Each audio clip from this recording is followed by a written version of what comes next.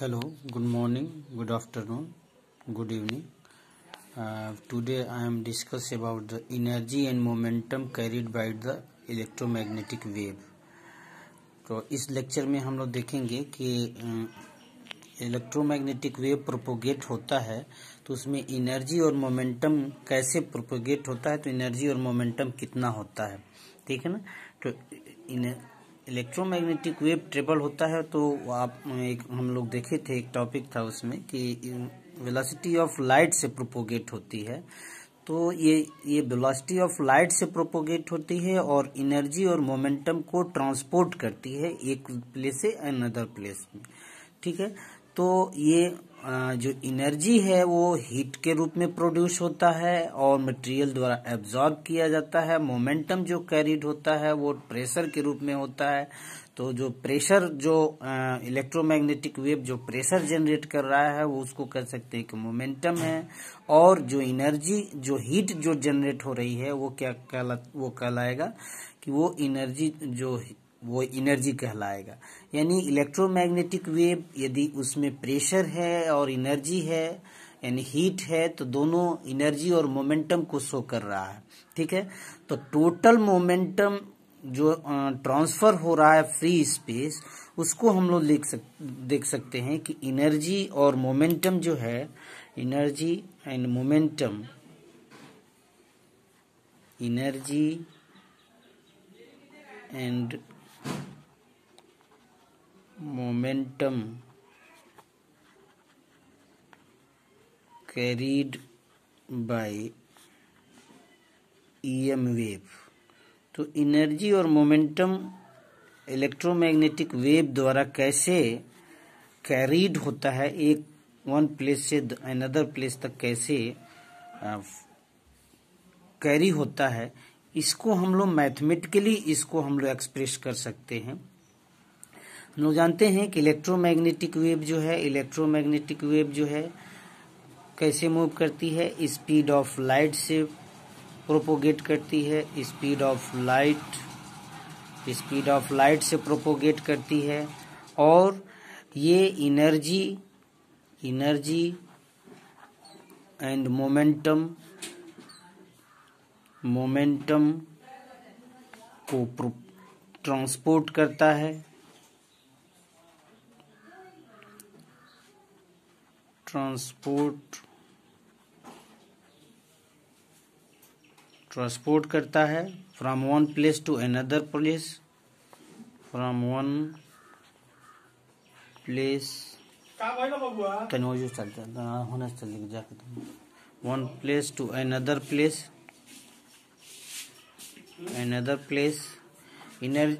Energy carried जो होता है उससे क्या होता है, उससे हीट प्रोड्यूस होता है। तो जो एनर्जी कैरिड हो रहा है, energy carried by the EM wave produce the heat and momentum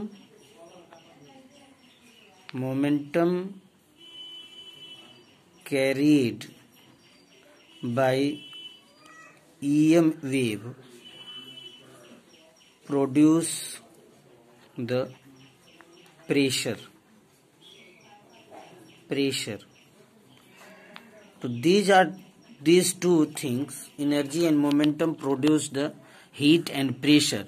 तो एनर्जी और मोमेंटम को, एनर्जी को हीट के रूप में या एनर्जी के टोटल एनर्जी के रूप में हम इसको एक्सप्रेस कर सकते हैं, और मोमेंटम को प्रेशर के रूप में हम लोग एक्सप्रेस कर सकते हैं। तो मोमेंटम, जैसे देखिए कोई इलेक्ट्रोमैग्नेटिक वेव है तो ईएम वेव है, इलेक्ट्रोमैग्नेटिक वेव है, तो टोटल एनर्जी उसमें कितना होगा, total energy of the system electro in free space में कोई इलेक्ट्रोमैग्नेटिक वेव मूव कर रहा है तो टोटल एनर्जी डेंसिटी कितनी होगी। मान लीजिए एनर्जी डेंसिटी U है तो एनर्जी डेंसिटी इक्वल टू क्या हो जाएगा, half epsilon naught E square plus half mu naught H square. जहां H equal to the B upon mu naught है, ठीक है ना। तो H is the magnetic field strength. तो जैसे देखिए इसको ऐसे भी लिख सकते हैं, आर यू इक्वल टू हो जाएगा half epsilon E square plus half mu naught B square upon mu naught square. तो म्यू नॉट से म्यू नॉट कैंसिल हो जाएगा, तो इसको ऐसे लिख सकते हैं, आर यू यानी energy density u equal to हो जाएगा half epsilon E square plus half B square upon mu naught. तो टोटल एनर्जी, अब जैसे देखिए electromagnetic wave in free space में मूव करता है, तो B जो होता है B इक्वल टू कितना होता है, E/C होता है, ठीक है। तो इसको B को हम लोग ऐसे लिख सकते हैं, E divided by C is the mu naught epsilon not होता है, 1 upon mu naught epsilon not, ठीक है। तो 1 upon mu naught epsilon naught होगा, ठीक है। तो यानी B इक्वल टू कितना हो जाएगा, E into mu naught epsilon not. तो ये वैल्यू इसमें रख दिया जाए, B की वैल्यू रख दिया, तो ये मान लीजिए इक्वेशन 1 हो गया, ये इक्वेशन मान लेते हैं कि इक्वेशन 2 हो गया, तो ये इक्वेशन 3 ले लें, तो इक्वेशन 3 से इसको देखें, तो इक्वेशन 2 और 3 से, तो B की वैल्यू इक्वेशन 2 में रखा जाए, तो यही इक्वेशन चेंज हो जाएगा, U इक्वल टू हो जाएगा half epsilon E square plus half square हो जाएगा, तो स्क्वायर हो जाएगा, तो ई स्क्वायर और mu naught epsilon not divided by क्या हो जाएगा, म्यू नॉट हो जाएगा, ठीक है। तो यहाँ से म्यू नॉट कैंसिल हो जाएगा, इट मीन्स कि U इक्वल टू क्या हो जाएगा, energy density U equal to epsilon naught E square plus half epsilon naught E square, यानी दोनों जुट जाएगा, तो ये हो जाएगा हाफ जुट जाएगा, तो ये कितना हो जाएगा, एप्सिलॉन ई स्क्वायर, ठीक है ना। तो टोटल एनर्जी फ्री स्पेस में इलेक्ट्रोमैग्नेटिक वेव मूव कर रहा है, तो टोटल एनर्जी कितना होगा, total energy of the system कितना होगा, एप्सिलॉन ई स्क्वायर होगा, ठीक है, एप्सिलॉन ई स्क्वायर होगा। अब इसको विद ग्राफ भी हम लोग इसको बता सकते हैं कि इलेक्ट्रोमैग्नेटिक वेव जो है कैसे प्रोपोगेट कर रही है। मान लीजिए कि एक्स वाई डायरेक्शन ले लिया जाए, तो इसको हम ऐसे बना सकते हैं, इसको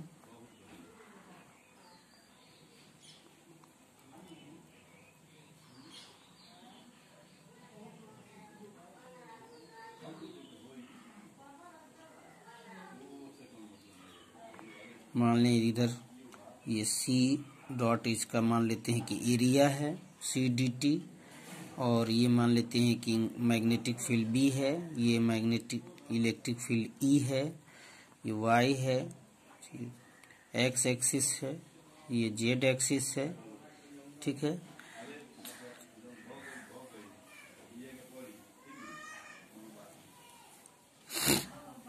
तो यहाँ से देखिए energy density in free space कितना होगा, वो एनर्जी डेंसिटी निकाला जाए इस वॉल्यूम के रिस्पेक्ट में, तो एनर्जी डेंसिटी कितना हो जाएगा, DU इक्वल टू हो जाएगा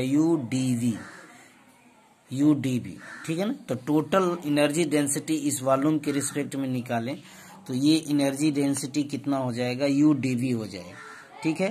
यानी DU इक्वल टू कितना हो जाएगा, एप्सिलॉन नॉट E, इसकी वैल्यू रख देते हैं, और DV मतलब कितना हो जाएगा, ये एरिया हो गया, और इसमें एरिया A मान लेते हैं कि इसका एरिया A है, और ये थिकनेस CDT है, तो क्या हो जाएगा, ACDT, ठीक है, ACDT हो जाएगा, where A is the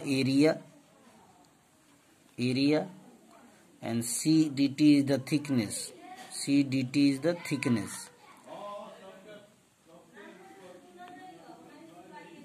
thickness मान लेते हैं कि थिकनेस है, ठीक है। तो यहां से देखें तो flow of energy per unit area per second निकाला जाए तो कितना होगा, उसी को पॉइंटिंग वेक्टर कहते हैं। तो flow of energy per unit area per second निकालें तो इसको हम पॉइंटिंग वेक्टर कहते हैं। तो flow of energy per unit area जो होगा, यानी इसको निकाला जाए the energy flow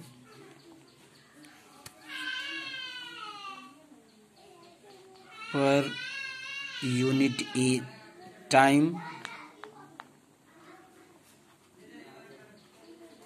per unit area is given by Poynting vector. इसी को पॉइंटिंग वेक्टर कहते हैं। ठीक है, तो flow of energy per unit area per second ये क्या कहलाता है, पॉइंटिंग वेक्टर कहलाता है। तो पॉइंटिंग वेक्टर कितना हो जाएगा, फ्लो ऑफ एनर्जी, यानी यहां से देखें तो Poynting vector 1/a per unit area और फ्लो ऑफ एनर्जी मान लेते हैं कि du/dt। तो ये हो जाएगा flow of energy per unit area per second. तो ये पॉइंटिंग वेक्टर होगा। अब जस्ट देखिए यहाँ सबकी वैल्यू रख देते हैं। तो 1/a du मतलब ε0e² और टोटल एनर्जी डेंसिटी du। तो du जो हो जाएगा कितना हो जाएगा, AC/dt डिवाइडेड बाई dt। तो dt से dt कैंसिल हो गया, a से a कैंसिल हो गया, यानी जो पॉइंटिंग वेक्टर है flow of energy per unit area per second कितना हो जाएगा, s इक्वल टू हो जाएगा ε0ce²। और जस्ट देखिए इसको और थोड़ा सा इसको लिखने का तरीका थोड़ा सा चेंज कर दें, थोड़ा सा सब्स्टिट्यूशन कर लें। तो s Poynting vector s equal to क्या हो जाएगा, ε0c और e इंटू e/c कर दें और इसको c² कर देते हैं। तो इससे लिखा जा सकता है, यानी where we know that e/c equal to कितना हो जाएगा b। तो e/c इक्वल टू b हो जाएगा, यानी Poynting vector s equal to कितना हो जाएगा, ε0c² e इंटू b हो जाएगा। ठीक है, तो यहाँ से यानी Poynting vector e into v c² e into b हो जाएगा। अब जरा देखिए c² की वैल्यू रख देते हैं इसमें। तो Poynting vector s equal to ε0 1/ε0 into e into b। ठीक है, E जो इलेक्ट्रिक फील्ड है, B the magnetic field induction है। तो ε0 से ε0 कैंसिल हो जाएगा, यानी S इक्वल टू कितना हो जाएगा, E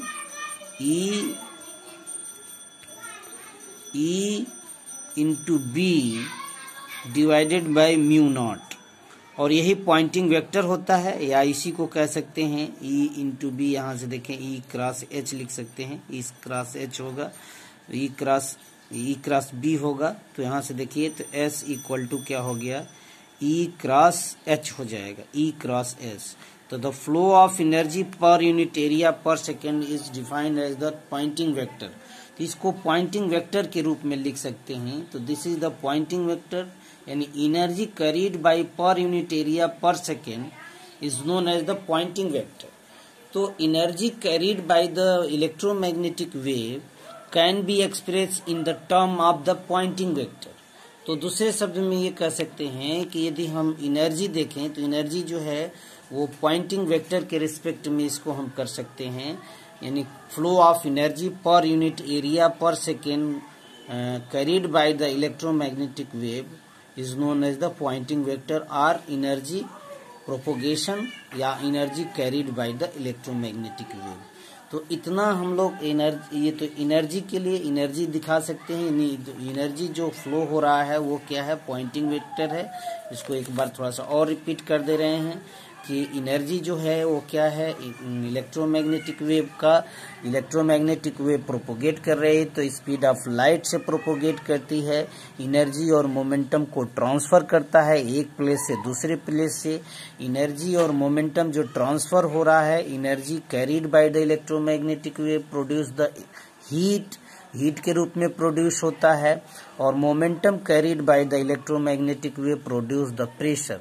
तो मोमेंटम को हम लोग प्रेशर के रूप में और एनर्जी को हम लोग हीट के रूप में, या कह सकते हैं उसको पॉइंटिंग वेक्टर के रिस्पेक्ट में energy flow per unit area per second के रूप में इसको हम लोग कर सकते हैं। ठीक है, तो टोटल एनर्जी ऑफ सिस्टम यदि फ्री स्पेस में देखा जाए तो इलेक्ट्रिक एनर्जी है, मैग्नेटिक एनर्जी है, तो दोनों का सम जो होगा जो टोटल एनर्जी होगा, तो टोटल एनर्जी डेंसिटी कितनी हो जाएगी, half epsilon naught E square plus half mu not H square हो जाएगा।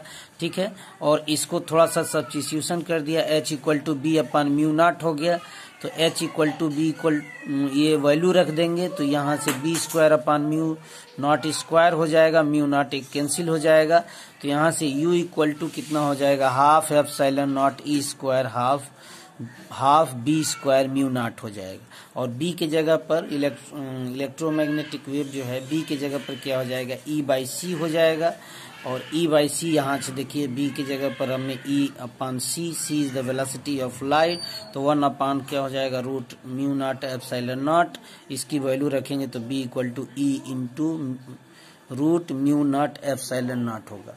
ठीक है, ये वैल्यू रख दिया जाए इसमें तो ई यू इक्वल टू क्या हो जाएगा, half epsilon naught E square plus half E square mu naught epsilon not upon mu naught हो जाएगा।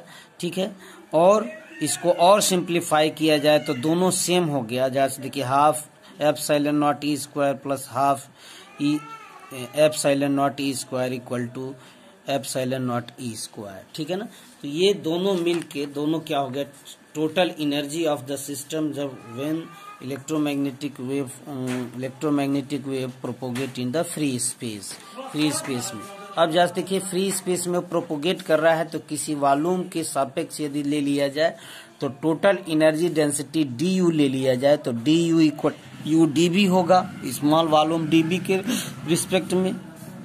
तो डी यू इक्वल टू कितना हो जाएगा, यू यानी एप्सिलॉन नॉट ई स्क्वायर, और डीवी यानी एरिया यदि ले लिया जाए सरफेस एरिया ए है, और थिकनेस यदि सी डी टी ले लिया जाए यानी सी वेलोसिटी ऑफ लाइट प्रोपोगेट कर रही है स्मॉल टाइम इंटरवल टी समय में, तो वो थिकनेस हो जाएगा। ठीक है, तो इतना डिस्टेंस वेलोसिटी और इनटू टाइम तो थिकनेस हो जाएगा, तो उतना थिकनेस ले लें, और एरिया ए ले लेते हैं, थिकनेस क्या हो जाएगा, सी डी टी हो जाएगा। तो यहाँ से the flow of energy per unit area per second निकाला जाए तो flow of energy per unit area per second जो होता है वही क्या होता है, पॉइंटिंग वेक्टर होता है। ठीक है, तो यहाँ से पॉइंटिंग वेक्टर यदि निकाला जाए तो Poynting vector is nothing but it is the flow of energy per unit area per second. तो इसको एक्सप्रेस कर दें मैथमेटिकल टर्म में एक्सप्रेस कर दें तो एस इक्वल टू क्या हो जाएगा, 1 upon A D U upon D T. ठीक है ना, तो flow of energy per unit area per flow of energy तो डी यू हो जाएगा पर यूनिट एरिया पर सेकेंड। ठीक है, तो यहाँ से देखें एस इक्वल टू क्या हो जाएगा, 1 अपान ए और डी यू की वैल्यू रख दें epsilon naught E square A C D T upon D T. तो यहाँ से ये इसको जैसे देखिए ये डी टी से डी टी कैंसिल हो जाएगा, ए से ए कैंसिल हो जाएगा, यानी एस इक्वल टू क्या हो जाएगा, epsilon naught C E square हो जाएगा, और एस इक्वल टू फिर इसको और सब्स्टिट्यूशन थोड़ा सा कर दें, ई स्क्वायर को 2 टर्म में कर ले, ई अपान सी कर दें तो ये सी स्क्वायर हो जाएगा, तो ई बाई सी इक्वल टू कितना हो जाएगा, बी हो जाएगा। ठीक है, तो ई क्रॉस बी के रूप में इसको हम लोग लिख सकते हैं, यानी एस इक्वल टू क्या हो जाएगा, epsilon naught C square E cross B हो जाएगा। तो एस यानी एस इक्वल टू आप जैसे देखें सी स्क्वायर की वैल्यू लेंगे तो एप्सिलॉन नॉट म्यू नॉट हो जाएगा।